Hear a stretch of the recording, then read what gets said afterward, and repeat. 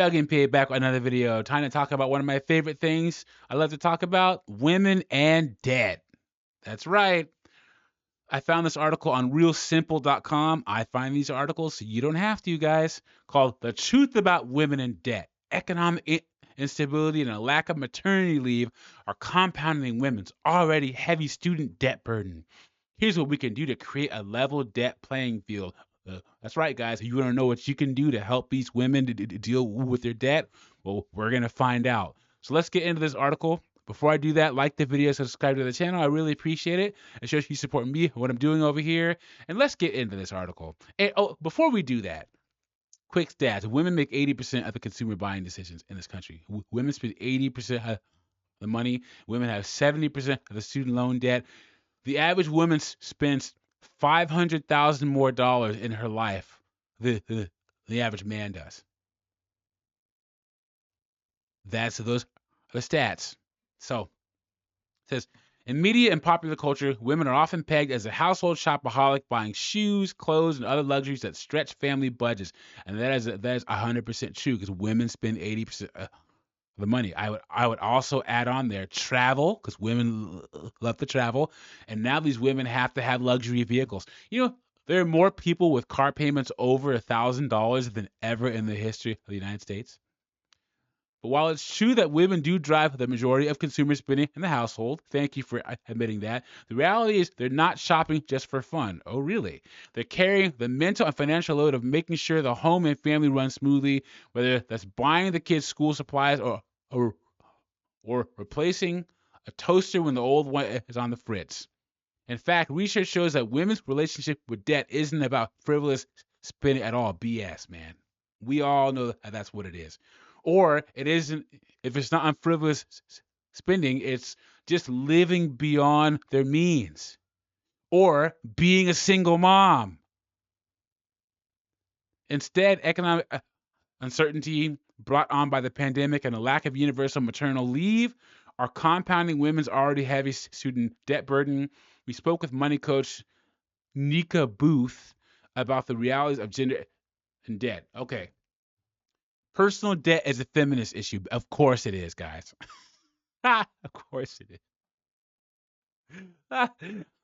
You know what? I can just end the article right here. Like the videos or something. No, I'm just playing. The debt burden in the U.S. falls disproportionately on women's shoulders thanks to a number of factors beyond their control. Here we knew it was coming, guys. The gender pay gap, of course, and unpaid family leave to the disproportionate student loan debt balances. A report by this place found that women are more likely to have high student debt balances and large monthly student loan payments, even though they make 26% less than their male counterparts. And despite the larger payments, women often take 2 years longer to pay off their loans. Guys, you got to ask how much student loan debt a woman is. Ask on the second or third date. Because you don't want to marry a woman with a whole bunch of student loan debt. Never help a woman pay off her debt, guys, ever. And they say paid leave and childcare are critical infrastructure. Since the beginning of the pandemic, women have lost jobs or left the workforce at a higher rate than men, with jobs losses especially pronounced among women with a high school education and young mothers, according to a report by Pew Research Center. The United States, according to American Association of University Women, yeah, I forgot that was a thing. Many women cannot return to the workforce without holistically addressing the economic needs of families. And this is what happens when you're a single mother out here by yourself. AAUW found that over half of mothers who left their jobs during the pandemic reportedly did so because their child's school or daycare closed. Okay, women shouldn't need disability insurance as a stopgap for unpaid maternity leave. Guys, listen to this. This broker called Breeze found that 75% of women would have no savings left if they had a unpaid 8-week maternity leave. How sad is that? And the highest percentage of respondents said that an unpaid 8-week maternity leave would present a major, possibly permanent setback to their finances. How sad is that? What are you having kids for then?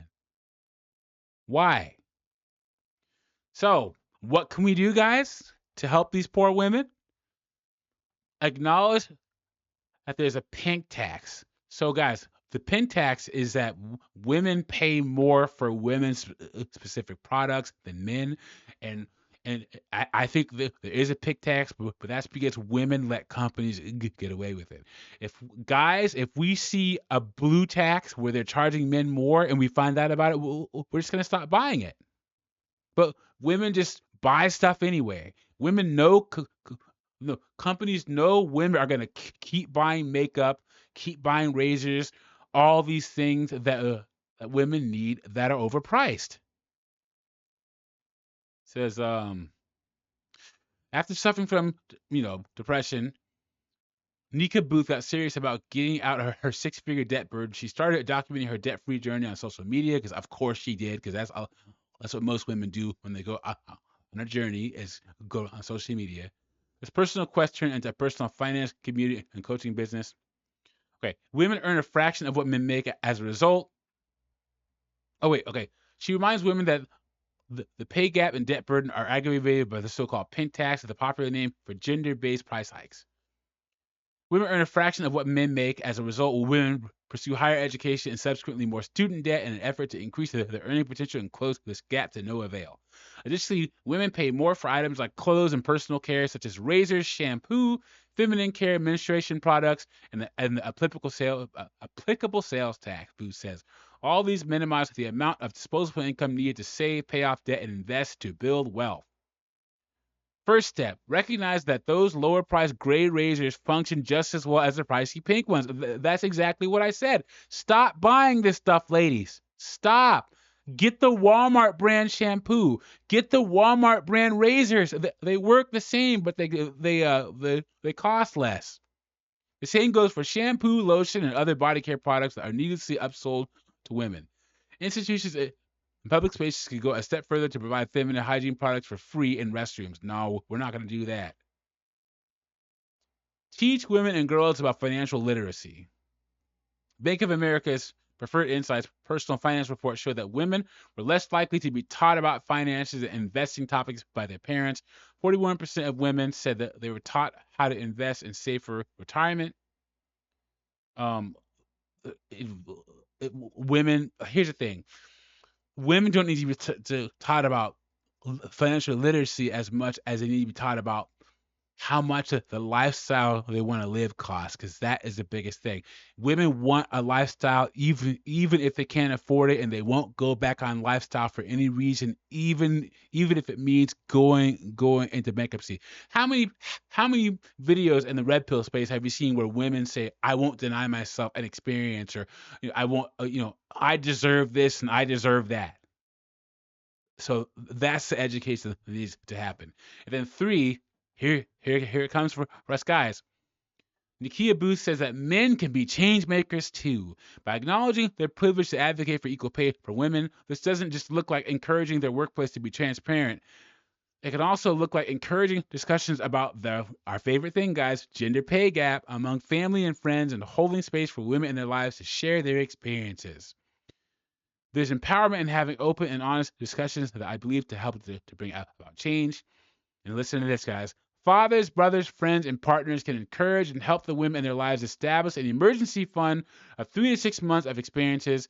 Having a healthy savings cushion could help prevent minor problems from ballooning into large scale and long lasting debt. So, guys, you're supposed to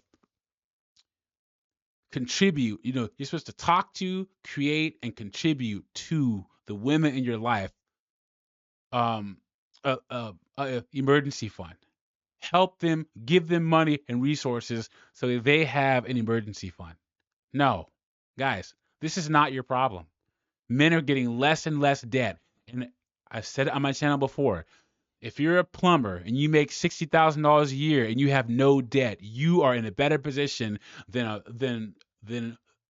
a woman who's a lawyer making $150,000 a year but has $200,000 in student loan debt. If you are, if you work in construction and you make $45,000 a year, you have no debt, you are worth more than a woman who has a bachelor's degree and a master's degree in social work and is $130,000 in student loan debt. Guys, stay away from this debt and stay away from women in this debt. Let me know what you think about this in the comments. Like the video, subscribe to the channel, and I'll catch you on the next one.